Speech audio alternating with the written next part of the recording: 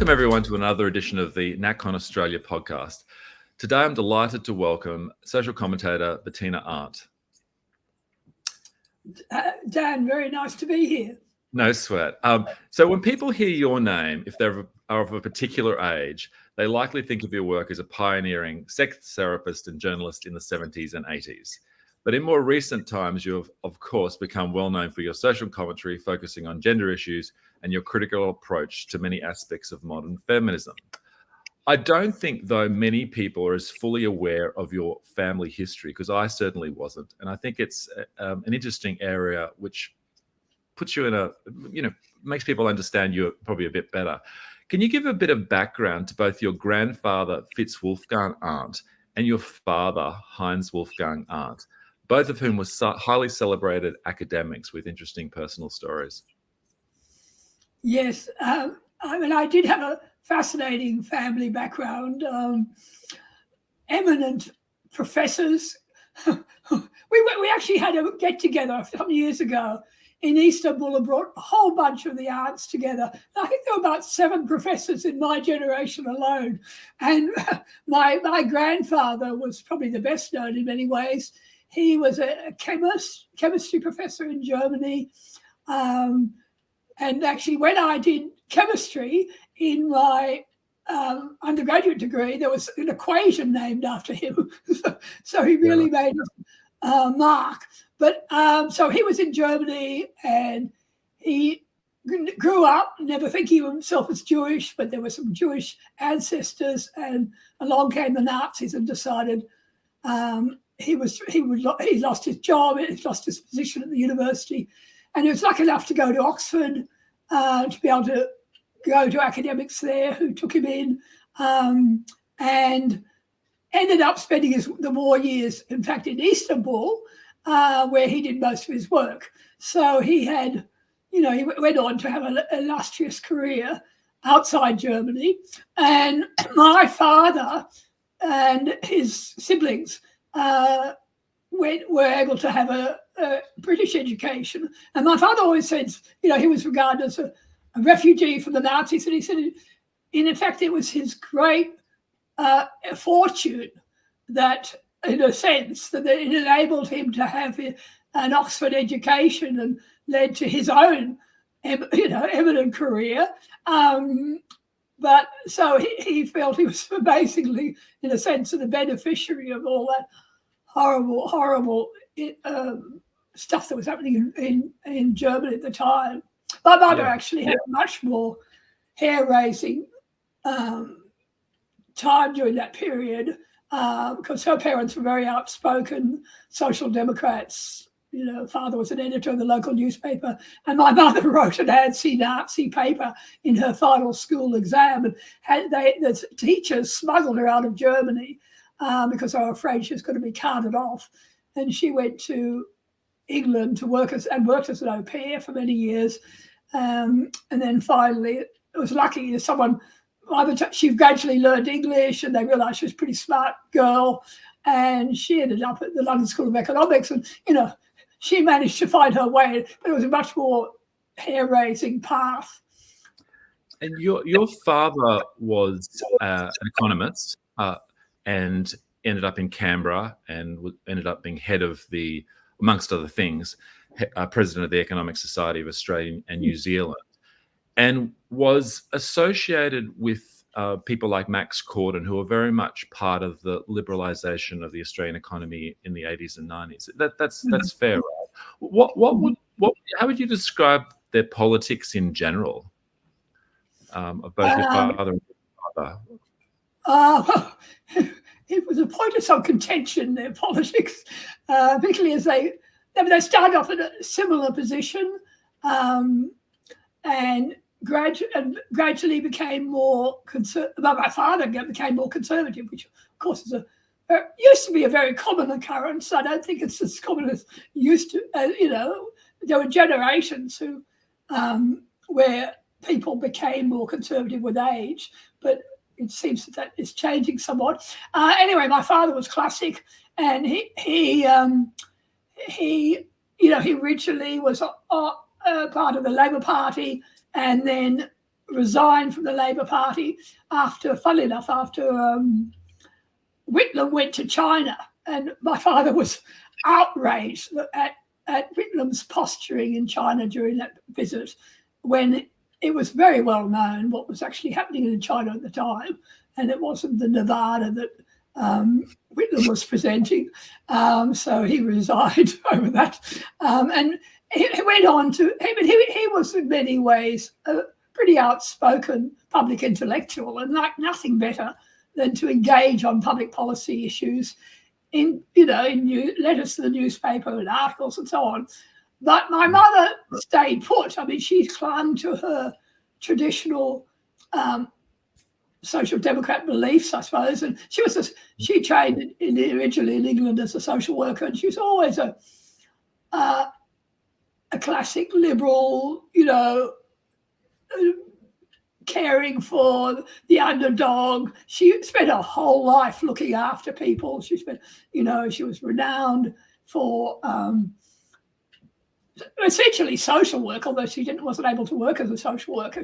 She taught migrants English and just looked after people all her life. And she clung to that, concept of caring, and that, conservatives. She was very disparaging about my father's conservative views. Funniest story was my father was involved with Quadrant magazine for many years, and used to love writing articles for Quadrant, but if he did so, he would be in the doghouse for weeks. And so towards the end of their lives, he would still write occasional letters and so on, and or an article for Quadrant, and he'd, when people came to visit them, he would take them out, the visitors out to the front door and slip them a copy of Quadrant, because he couldn't bear not to be able to talk about his work. I mean, he edited Quadrant, didn't he, for a bit? Is that right? He edited Quadrant.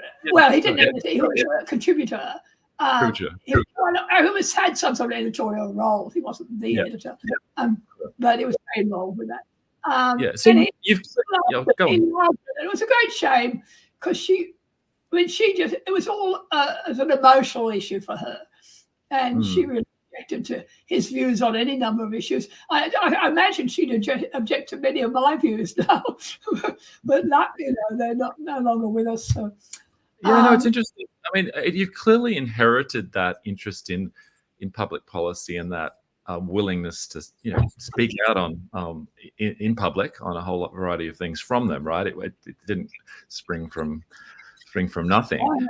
So, and I actually was thinking about reviewing it all. It's ironic that your grandfather was deplatformed at universities, and that's sort of where you've kind of ended up as well in some ways. You grew up in Canberra and gained a Bachelor of Science at the ANU, and then a Masters of Clinical Psychology at the University of New South Wales. And after leaving university, you began a career as one of Australia's first sex therapists, which is probably a role that was created in a way for yourself. It didn't really exist beforehand. How did you get interested in sex, academically speaking? Well, I was doing this very exciting course at the University of New South Wales, a new clinical masters, and one of our teachers was a man called Ron Farmer, who became interested in really important new work had just been released by Masters and Johnson, famous American sex researchers. And they did a whole lot of work on male and female sexual response, and then went on to look at sexual problems and how to tackle sexual problems. And this was brand new stuff. And so he decided to start looking at these issues in our clinic. And as a result of him announcing he was going to treat sexual problems, we were just inundated, because no doctors had any training whatsoever in sexual counselling. I mean, this was a brand new field, and not all the ideas that Masters and Johnson were putting forward hadn't ever really surfaced before. And so we were just swamped with sexual problems. And I took to it like a duck to water. I don't know why. I think it actually came from my mother. My mother was a very liberal person sexually. She would smuggle in. She just thought censorship was outrageous. She'd smuggle in copies of of banned books like Lady Chatterley's Lover, and she used to put them in brown paper on the bookshelves so that the wrong people didn't realise what she was reading. But it made it very easy for the aunt children to know exactly which books to read.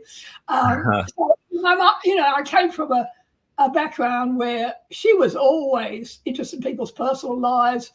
My father used to say they'd come home from a dinner party and she'd know all about the sex life and the love life of the person she'd been sitting next to, which I, of course, definitely inherited. Anyway, so here I was, young master's student, chatting to, often very much older women, particularly about their sex lives. I did research on helping women reach orgasm, where we had women through to their 80s who were wanting to achieve more sexual pleasure.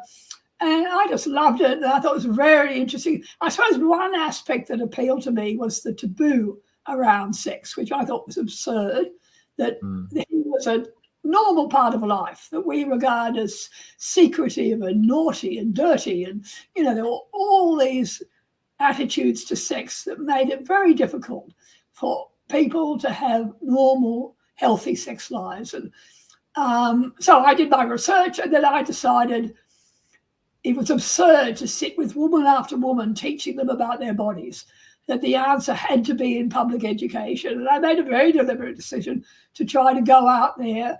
And I actually chose really to use the media to do adult sex education. And I was very lucky because Clyde Packer, who was Kerry Packer's brother, had just announced he was starting this little magazine called Forum Magazine, which had originally started in England as a genuine sex education vehicle. I mean, half the magazine was letters from readers, and they had a panel of experts answering these sexual problems. It actually all sprang from Penthouse, funnily enough, which had a letter section. They realised they were getting serious problems amongst the sort of frivolous, silly letters. They were getting people who had genuine problems writing in, and they set up this whole little magazine to fill that niche, to get people who had knowledge about sexuality to answer people's problems. And Clyde Packer decided to do that in Australia. And as soon as I saw that little announcement, I went in there and said, did he want a psychologist? Because I'd written actually to London, where the British Forum had a clinic, and I was thinking of working there because there was very little opportunity for sex therapists in Australia at that time. So Clyde allowed me to become a consultant. Utter dream job for a 22, 23-year-old, whatever I was, because my job was really just to gather together a group of experts to answer these sexual problems. And he sent me around the country, and I met, there'd be one gynecologist in Brisbane who was known for being interested, and one psychiatrist in Melbourne, or whatever it was. And we put together this little panel, which was quite an eminent panel. We had quite a few professors and so on, people who are prepared to stick their neck out and say, I will, talk about this taboo topic. And it was amazing. And then he sent me all over the world. I went to London. I had a fantastic early career. Yeah. So you're very, your family, in some ways is very much at the heart of modern Australian liberalism. Your father on the economic side, and you with the Sydney Morning Herald described you as the person most strongly identified with Australia's sexual revolution. So you weren't a bit player. What's your attitude now towards the sexual revolution? Has the relationship between the sexes got better since the sexual revolution? Oh, it did for a while. And I was part of that. It was a tremendously exciting period when the doors started to open. People who had never been able to talk before about things that were worrying them about sex, whether it was the shape of their penis or the fact that they didn't reach orgasm, whatever it was, people had secrets that they couldn't talk about. And all of a sudden, we were saying it's okay to talk about this. Here is some information that might help you. I remember once sitting and I got a call from a woman who turned out to be a nurse at North Shore Hospital. And she said, she was in a spinal unit, and she said, I've got a room full of young men with spinal injuries, and they're all asking me whether I ever get an erection again. And I had no idea what to say to them, and the doctors wouldn't talk to them. This was classic. And I was able to, I'd go overseas and meet some of the people in America who's starting to do work on sexuality for spinal injured people. I mean, it was just so exciting to be part of that revolution. And I see that revolution as essentially positive.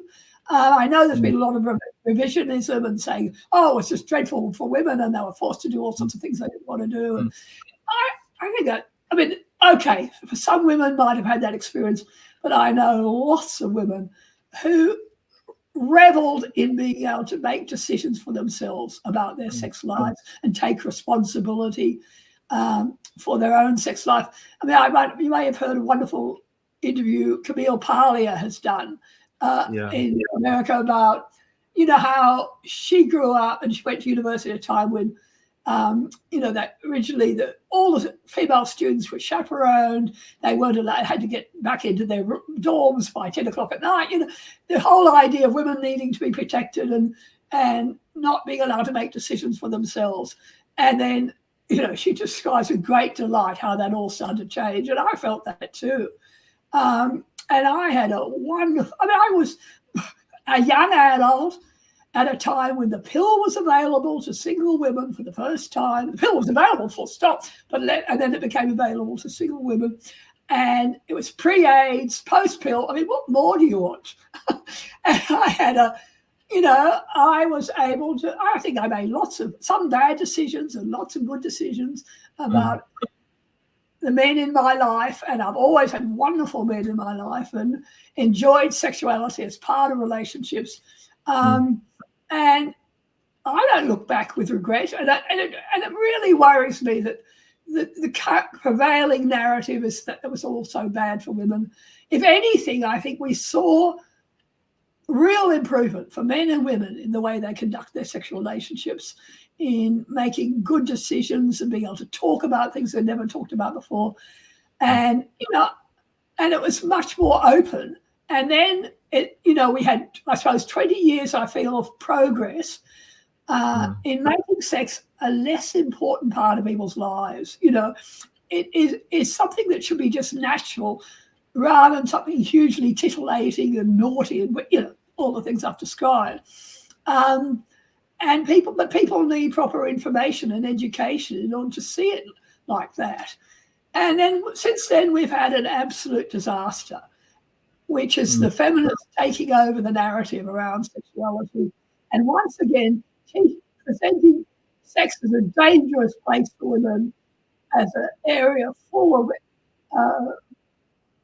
minefields where women can, potentially the prey of dangerous men. And that is the mood now. That is what we're teaching in our schools. Males are always responsible. Women are always potential victims. And the whole thing just absolutely drives me crazy. And we're now in a really appalling place where instead of looking forward, women taking responsibility for their own lives and their own decisions, they're now once again being treated as potential victims. So I hate that. So your take is that essentially it was a positive thing, the sexual revolution, but it got hijacked by what are we up to? Third, fourth generation feminists who have destroyed all the positive things that came out of it. What do you make though of the critique that the more conservative critique that by removing those traditional existing legal and social mores, constraints, expectations, that you sort of that we're always going to end up with this at this destination, because you ultimately create you've created a lot of freedom and excitement and the rest of it, but then you ultimately end up in chaos. It's akin to those situations where the revolution is positive. We got rid of the monarchy. The liberals come in, but then ultimately the society disintegrates a bit, and the Marxists take over, and it doesn't end up. Is that how? What do you say to that?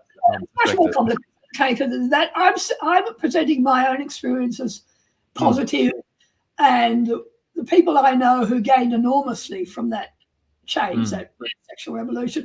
Obviously, there are a lot of women who made really bad decisions and who weren't assertive enough to say no when they needed to say no, who were pushed into relationships that weren't good for them. Males, too, had lots of sex that perhaps they shouldn't have had. They made bad decisions, so it goes on. I mean, it was never all positive. It was it was a very complex time. But but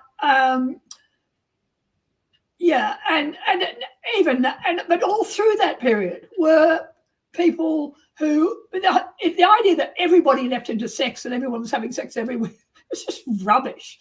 I mean, I remember 20 years ago looking at figures on the number of virgins in first year university.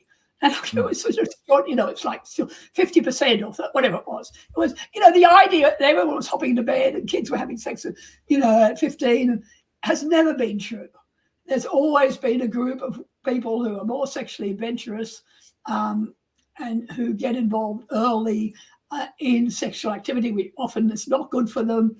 But there's also been always lots of people who make good decisions and look after themselves, men and women. And it's presented as such a dangerous place. Does what should be a really important, wonderful part of our lives such a disservice? What would you say, though, have been some of the downsides, if any, to the sexual revolution? Like, is the problem that it just got hijacked, or were there some sort of inherent problems with it in and of itself? Look, there are. It's such a big question because I know this. Yeah, because how do you teach males and females to withstand the social pressures from getting involved in sexual relationships too early? Obviously, I think it's still very true that young men are going to be more inclined to push young girls into relationships. I mean, the randy young man hasn't gone away. He's always been there. The male testosterone kicking in tends to mean that males can get very obsessed about these early experiences, and there's a lot of pressure on them to feel they have to get sexually active. All that is all still there, and I don't think we've ever done a very good job in helping males and females make good decisions around that. And teaching girls about how do they protect themselves from relationships which are going to do them damage. It's not about morality. It's about what is going to make me feel good or bad about myself. And but the fact is that most young people still fall in love with someone else, find a boyfriend or girlfriend, and they have that really important first. They're not leaping into bed with lots of people. They're starting a boy and girl relationship perhaps much earlier than many people, conservative people would feel is appropriate. But it's not, just because it's happening earlier doesn't mean it was a bad thing for them. And most people go on to sequential, intimate relationships until they find, most people still settle down and get married. I mean, the notion that we're all doing really damaging things to ourselves is just simply not true. There's a portion of people who are out there living very sexually adventurous lives. Some people would say promiscuous lives, but they've always been a minority. And their role in our society tends to be very much overplayed. Is that right? So you started, were you calling yourself a feminist back in, I imagine you were back in the 70s and 80s, right? Well, feminism was about equality. Of course I was interested in equality. Yeah, yeah. You But know, it's and there were lots of, I look at my own mother who, you know, follows her husband out to Australia because of his, you know, for his career, and had a very disappointing professional life because she was never had the choices she wanted. She never was able to work as a social worker. You know, she was classic. That's why I became a feminist. There was generations of women who weren't given the opportunities they should, you know, we like them to have. That's what I believed in, a level playing field for men and women, not constantly advantaging women at the expense of men. And we saw this shift. We saw women achieve most of their goals, I feel, probably in the 80s and that's certainly by the 1990s. And then what?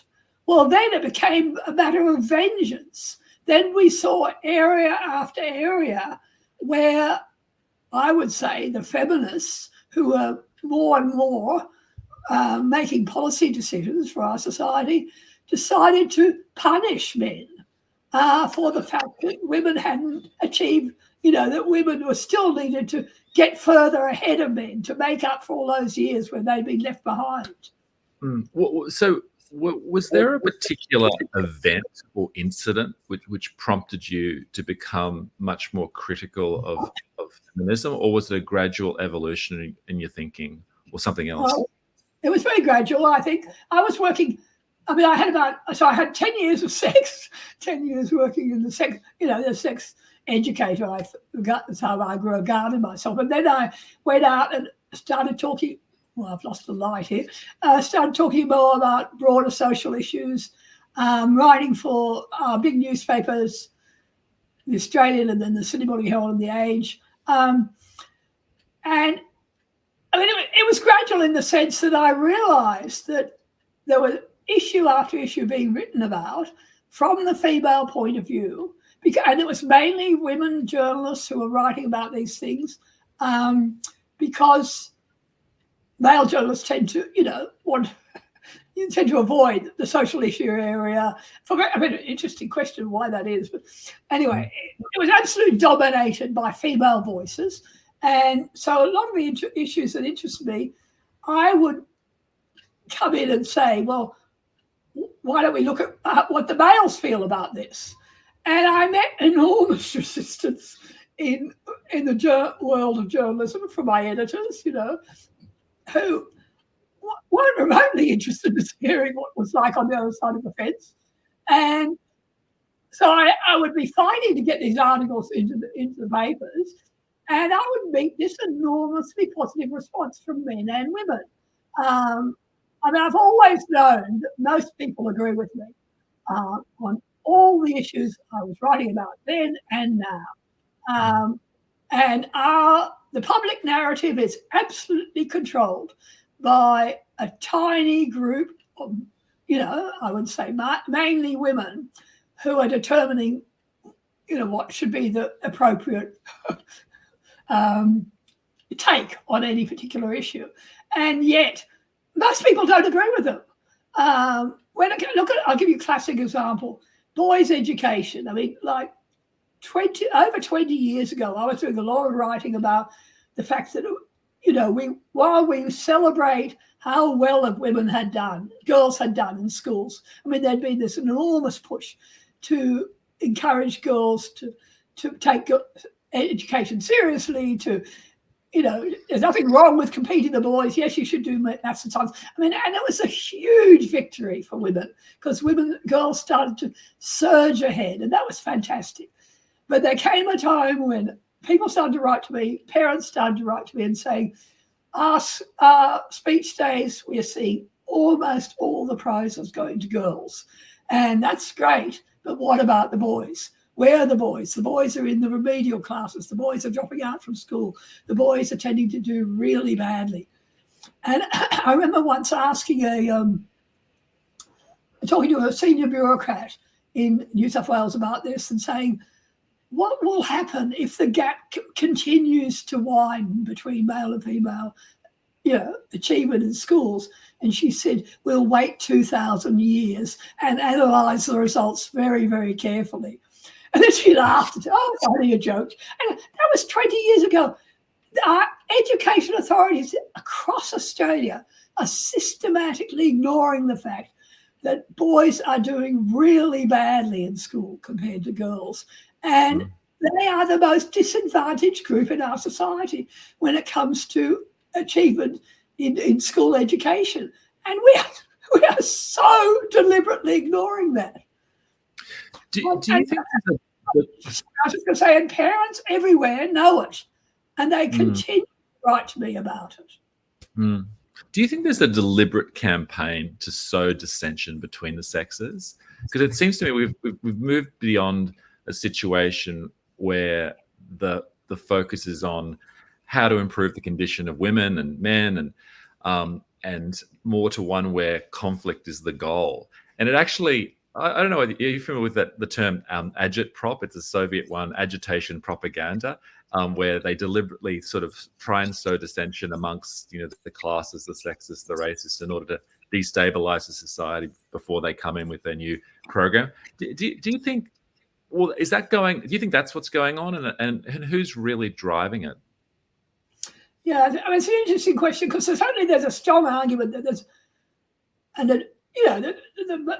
the Marxist view that there is a political concept of causing deliberate breaking up the nuclear family. That this is a goal, certainly, that sectors of our society are all for, and we've seen that in part of this feminist movement, and that it's in women's interest to raise children on their own, and let's get males out of the family and so on. I mean, that's certainly part of the story in terms of doing. We a lot of the public discussion is not supportive of keeping males in the home and protecting men's responsibilities and involvement with their children. If anything, it all works the other way. I mean, one of my big areas, of course, is the domestic violence, the appalling misinformation we're given about domestic violence. And this is a classic of the sort of thing you're talking about, where we have our official statistics show that this is the ABS. Bettina, what do you mean exactly? What do you mean? Let's define the term, because you had a discussion with John Anderson, and the term is used all the time. But what do we actually mean by that term, domestic violence? Well, that's because I think there's a difference between what the legal understanding is and what the layperson understands it as. Layperson, I think, understands the guy in a wife beater shirt beating his wife, and or subjecting her to really cruel psychological and financial sort of torment. But that's not what the legal position has moved to, right? And I think that's part of the issue. So when people condemn domestic violence, they think they're condemning one thing, and they don't quite understand that it covers all sorts of much more minor, what can be very minor, petty unpleasantness, which is not what they think domestic violence is. Yeah. Well, yeah. I mean, I was just going to explain. I mean, there's been a very deliberate attempt, in my view, to use domestic violence to create division between men and women, to present men as dangerous, to teach women to be afraid of men. I mean, look at COVID.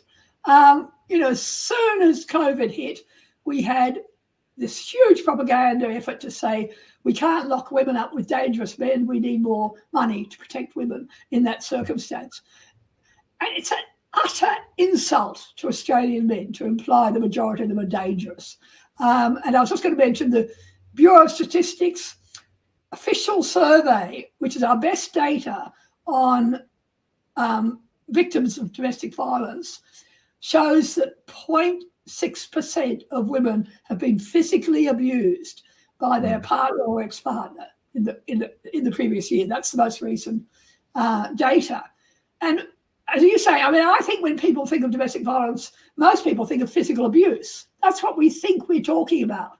0.6%, minuscule percentage actually physically abuse their partner. And what's happened has been this deliberate effort to expand the definition of violence to include everything under the sun, to include, not just emotional abuse, as you say, psychological abuse, financial abuse, to constantly move the goalposts so more and more men are considered the enemy, are considered potentially dangerous. And I've just been involved this year in putting together a conference, which we had a month or so ago, on restoring the presumption of innocence. And one of the most moving talks at that conference was from a law professor from Perth, Augusto Zimmerman, who was a former law reform commissioner. And he spoke about his role as a law reform commissioner when he was asked to review these new domestic violence laws that were being put in place in Western Australia. And he realised the damage that was going to be caused by this huge increase in expansion in the definition of domestic violence. And that, if you have a law that says you don't have to have any evidence of violence, a woman can just say she is afraid that violence could occur, and the police are required to go and remove that man from the home. But this will cause enormous damage to men, to families, to children around the country. And that professor stood up there, tears in his eyes, talking about the fact that he fought those laws and he was overruled by the government in Western Australia. And he knows the laws that were put in place have caused enormous numbers of suicides from men in Australia. And anyway, people might want to, on my YouTube channel, I've got the videos from all the talks at that conference. And that one in particular absolutely spells out what's happened with domestic violence in Australia, where it is deliberately being used to damage relationships between men and women. Yeah, I watched that talk. I don't think I'm a lawyer. I also worked in China for a long period of time. And I don't think people fully understand how much of the legal system in Australia now is dominated by family law related matters. I would probably say, it's hard to estimate, I would probably say close to 50% of what goes through the courts is, broadly speaking, related to family law. And it's a system which is in some ways worse than Chinese law. Like I say, it's often, has evidentiary standards like Chinese law, and Chinese law is improving. And it can be as attenuated and lengthy in proceedings as Indian law. So it's when people think of the legal system, they think of, I don't know, learned judges talking to each other and about commercial cases, but that's not really the reality of the legal system we now live in today. It's and it's not really I don't think really quite as well known as it should be. Although, my feeling is, if you went out and surveyed the community, you'd find a hell of a lot of people know someone who's been done over by the domestic violence industry, as I call it, who knows someone who's lost their home, lost their family, lost access to their children as a result of false allegation of domestic violence. This has become standard practice. We've had surveys of magistrates where the magistrates acknowledge that false allegations of domestic violence have become a major strategy in, gaining advantage in family law battles. And every day, every magistrate in Australia, every week, magistrates in Australia have whole days set aside for dealing with these false allegations. And on average, they spend 10 minutes on each, whatever it is, where these men are accused of domestic violence, and tick, yes, she gets a violence order against him. Which can be then used to gain strategic advantage when it comes to assets in family law, access to the children, all sorts of things. If you go out in the community, people everywhere know this is happening, and yet you're not allowed to talk about it. Our media is utterly shameful in how they tilt the public narrative. I mean, look at Pauline Hanson, who has personal experience through her family, her son, in who had to face these sorts of accusations, she when she had a lot more power in the previous government, she was able to get up a inquiry into family law, and she made, looking at the whole issue of false allegations, she was able to get that as one of the key issues to be examined. And the media just tore her apart for suggesting there was an issue with false allegations. I mean, God, it's like, I sometimes think I'm living in Stasi land.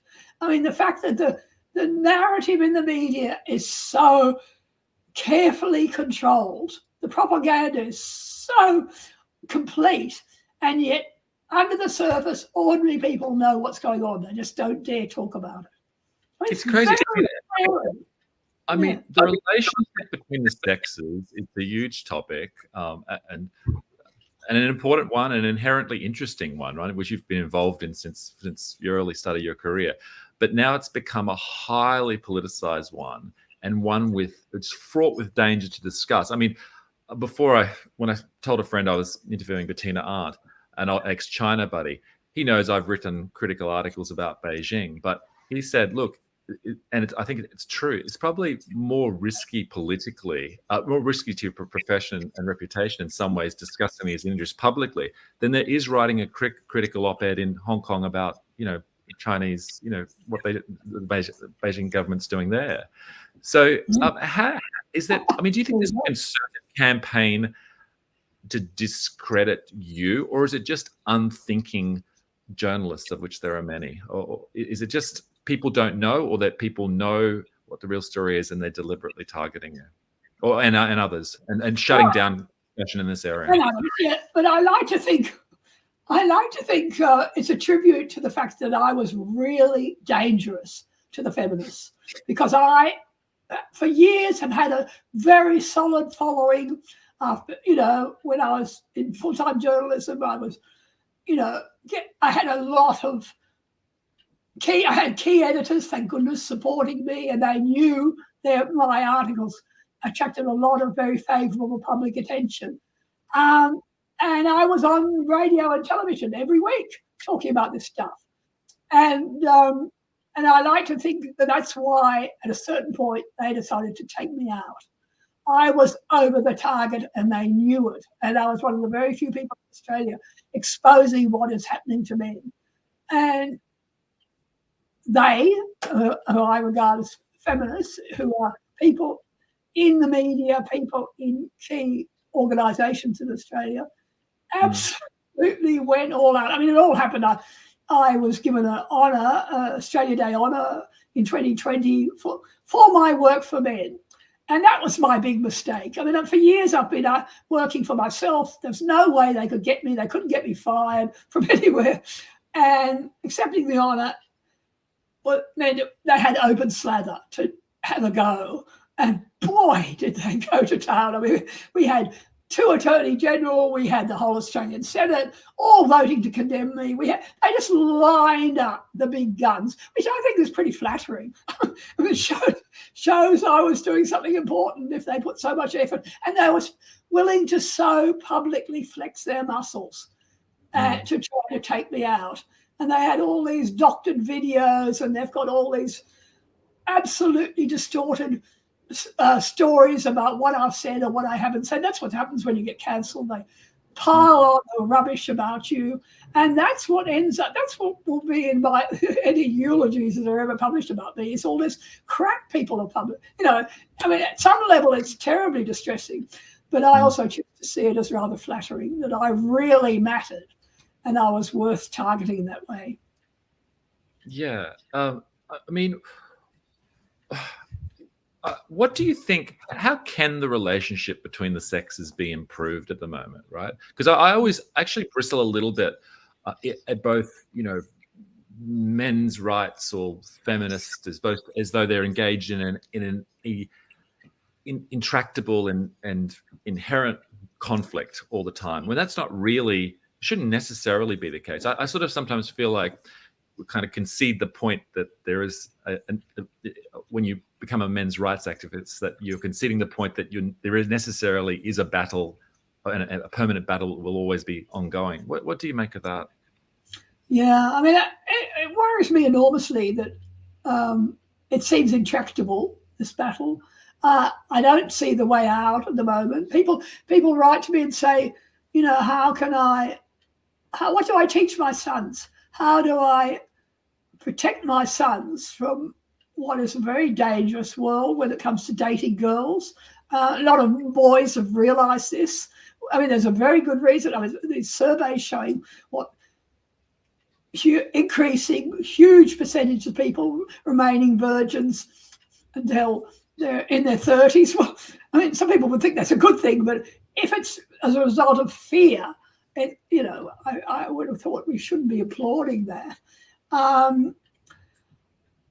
Isn't that sort of, I mean, out of fear, but also just because their inability to kind of connect with the other sex, right?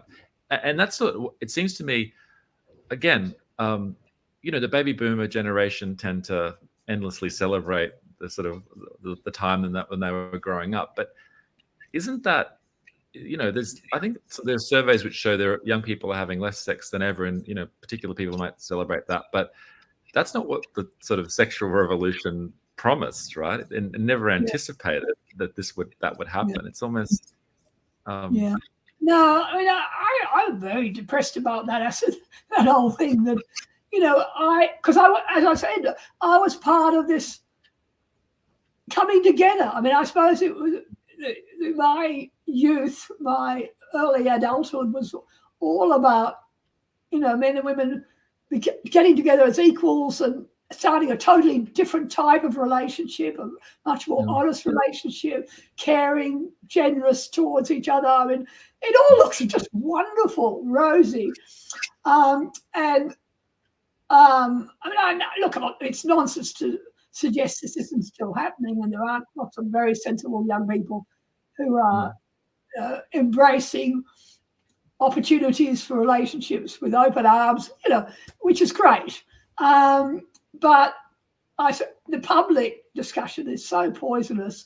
You can understand why other people are very nervous. I think the social media, and particularly some of the sort of female influencers, and, you know, these young women who are so disparaging of men. And I mean, I spent a lot of in my early sort of sex therapy days, I used to do work with very anxious socially anxious young men.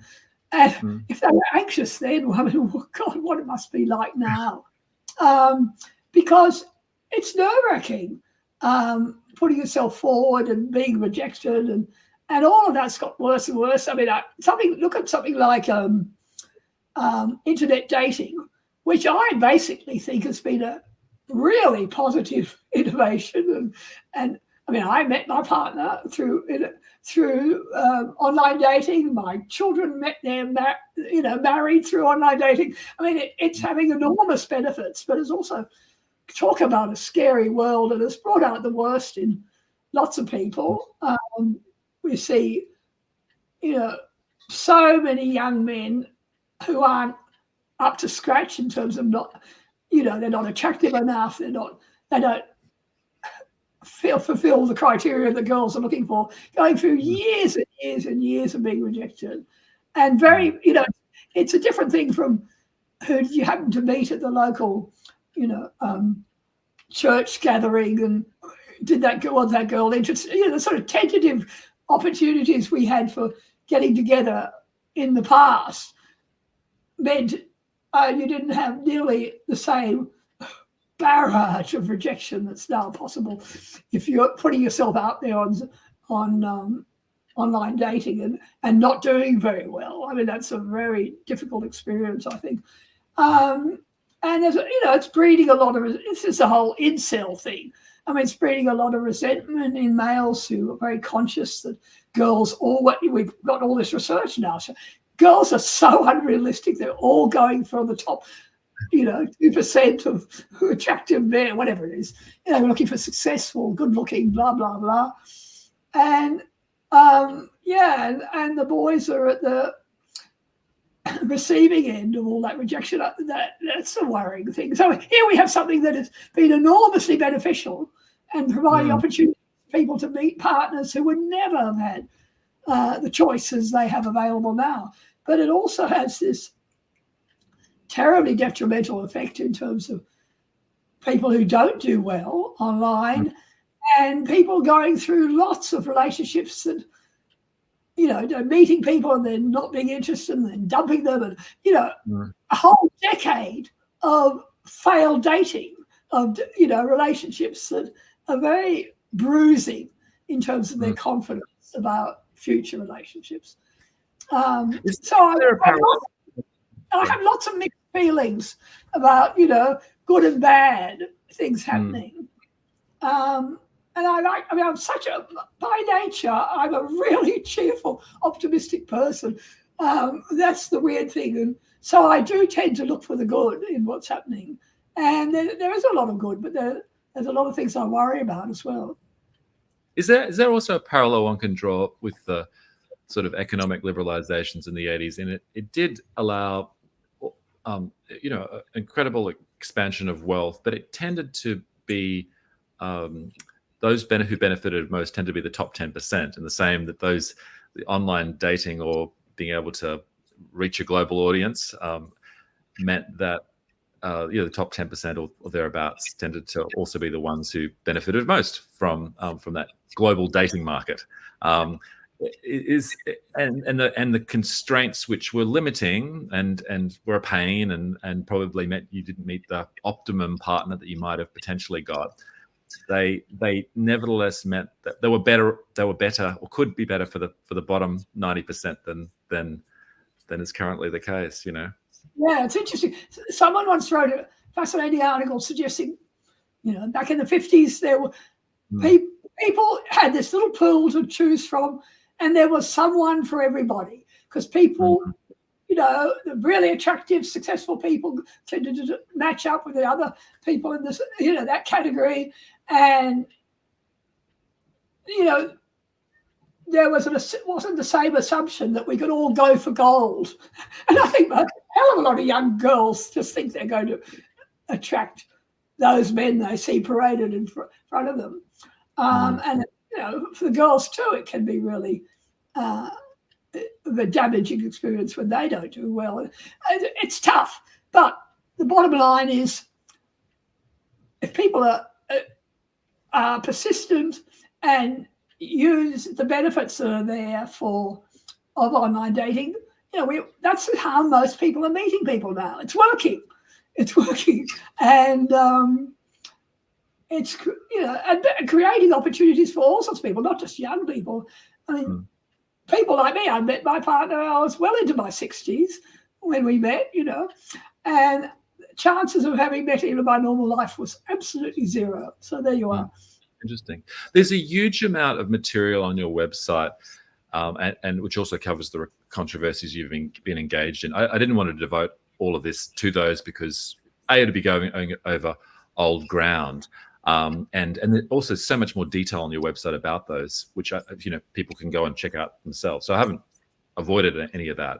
What would you say, though, are the top 3 issues that you want people to be aware of at the moment?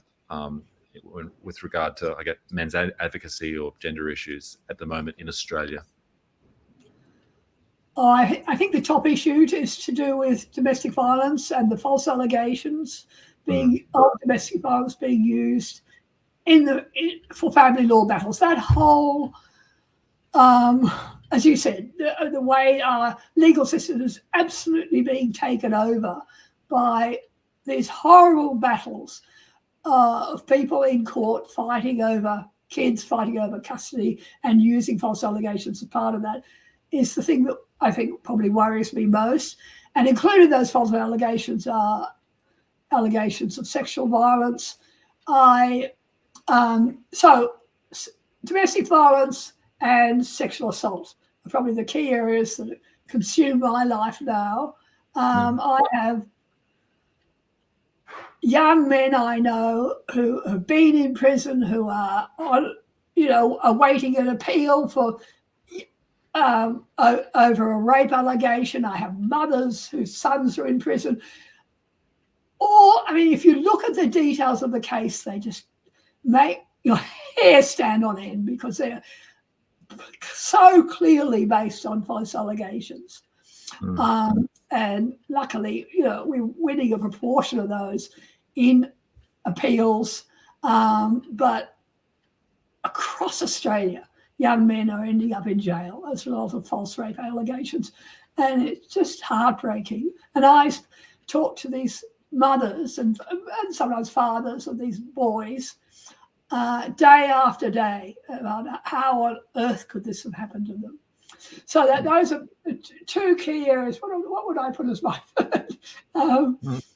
It's hard to know. I mean, I have a whole bunch of others. There's a wealth of material which is just impossible to kind of cover it, do justice on a short podcast. I'll wrap it up with a few other questions.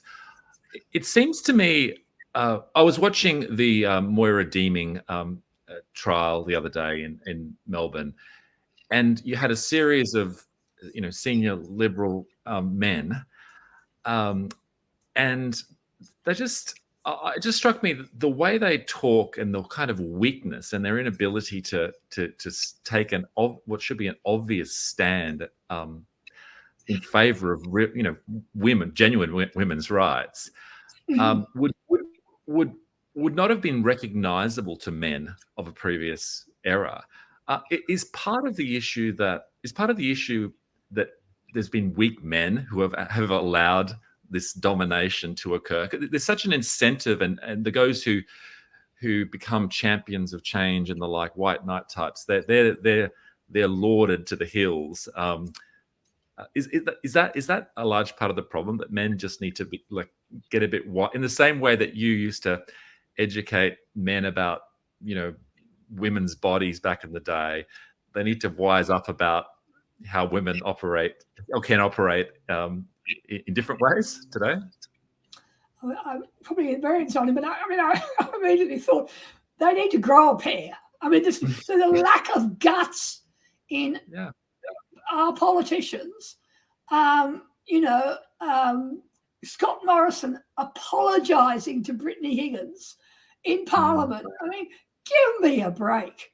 And I talk about the feminists, and I tend to think of the women who are running all our key organisations now, but there are also these men enabling all of this, and right up there in making ridiculous. They're just so afraid of being targeted by the feminists. And that's at the heart of it, that, we had this appalling change to our Family Law Act last year, where they removed every skerrick of of children's rights to have a relationship with both parents after divorce. And that was the thing that our family law was famous for, that we led the world in, having a Family Law Act which revolved around the idea that children need dads as well as mums. They need two parents. And last year, the Labor Party removed every skerrick of those rights and framed the whole Family Law Act in terms of protecting children from dangerous men, which is all about enabling more false allegations. And that sailed through Parliament. All those men in Parliament voted for that. I mean, what is wrong with these people? Don't they have sons? Don't they ever think about what is happening out there? I mean, you're right. The men are appalling. And, the men, on the sexual assault area or sexual harassment, Me Too type territory, I think it's just hilarious that they never say boo there because they're afraid that the mob will come for them. And they think by saying all the right things, they accept. Oh, believe me, it doesn't give you any protection. I just think every man in a big job has a good reason to feel nervous, because any woman who's ever pissed off can turn around 30 years later and make an accusation about him, and his career is ruined. And that's the reality. How do we get out of this mess then, Bettina? Is it Are there small steps or bigger steps that need to be taken, or is Oh, it just going to end? Yeah, we have to fight back. I mean, I have 500 people on my volunteer list. People have written saying, "What can we do?" But my problem is, it's just me, and we constantly try to put together groups to organise different, activities and so on. We've got a whole lot of plans. The recent conference led to a new flood of people wanting to help, and we actually have some good initiatives we're working on to give more support to men. I mean, a man in court gets so little support. He often sits there by himself, facing these accusations, going to family court, whatever, whereas resources are piled on the women, particularly if they claim to be victims of domestic violence. We want to provide resources for men to ensure they get proper support in facing legal battles, all sorts of things. I'm constantly running little campaigns and urging people that we have to fight back. We cannot allow this to continue. And I'm very heartened by how many people write to me.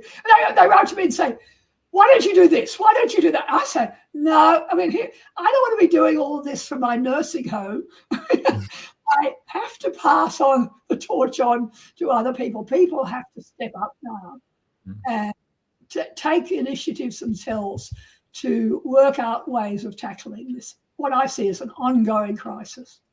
Yeah. Well, I really appreciate the discussion. I think you bring a unique perspective to this issue, given your history and the research and everything that you do in the area.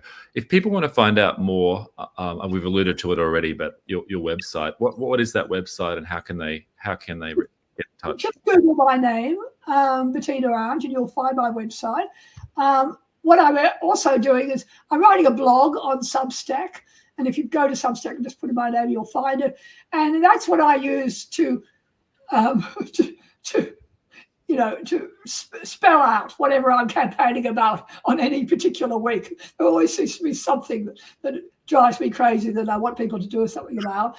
And, we've got a national suicide prevention policy, which is gender neutral. 6 out of the 8 people who kill themselves every day are male, and yet they absolutely refuse to address the fact that this is predominantly a male problem.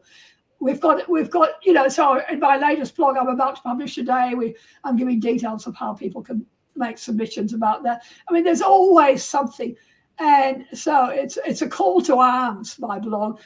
Plus I hope it's reasonably entertaining. And, I get wonderful stories every day from across Australia about what's happening out there, and my job is to get them out there and publicise them. I have YouTube videos. My latest YouTube video has got nearly 240,000 views. That'll do me. I've had videos that have had 1.5 million views, but YouTube does a very good job hiding those. So I'm out there campaigning, and plenty of ways of following what I'm doing. Sign up for free blogs, people. Yeah, there's. I guess that's the good thing. There's not going to be no shortage of material to write about, right? You're not going to run out of stories. Great conversation, Bettina. Thanks very much, and look forward to keeping in touch in the future. Go well. Don, very nice to talk to you. Cheers, mate. Bye.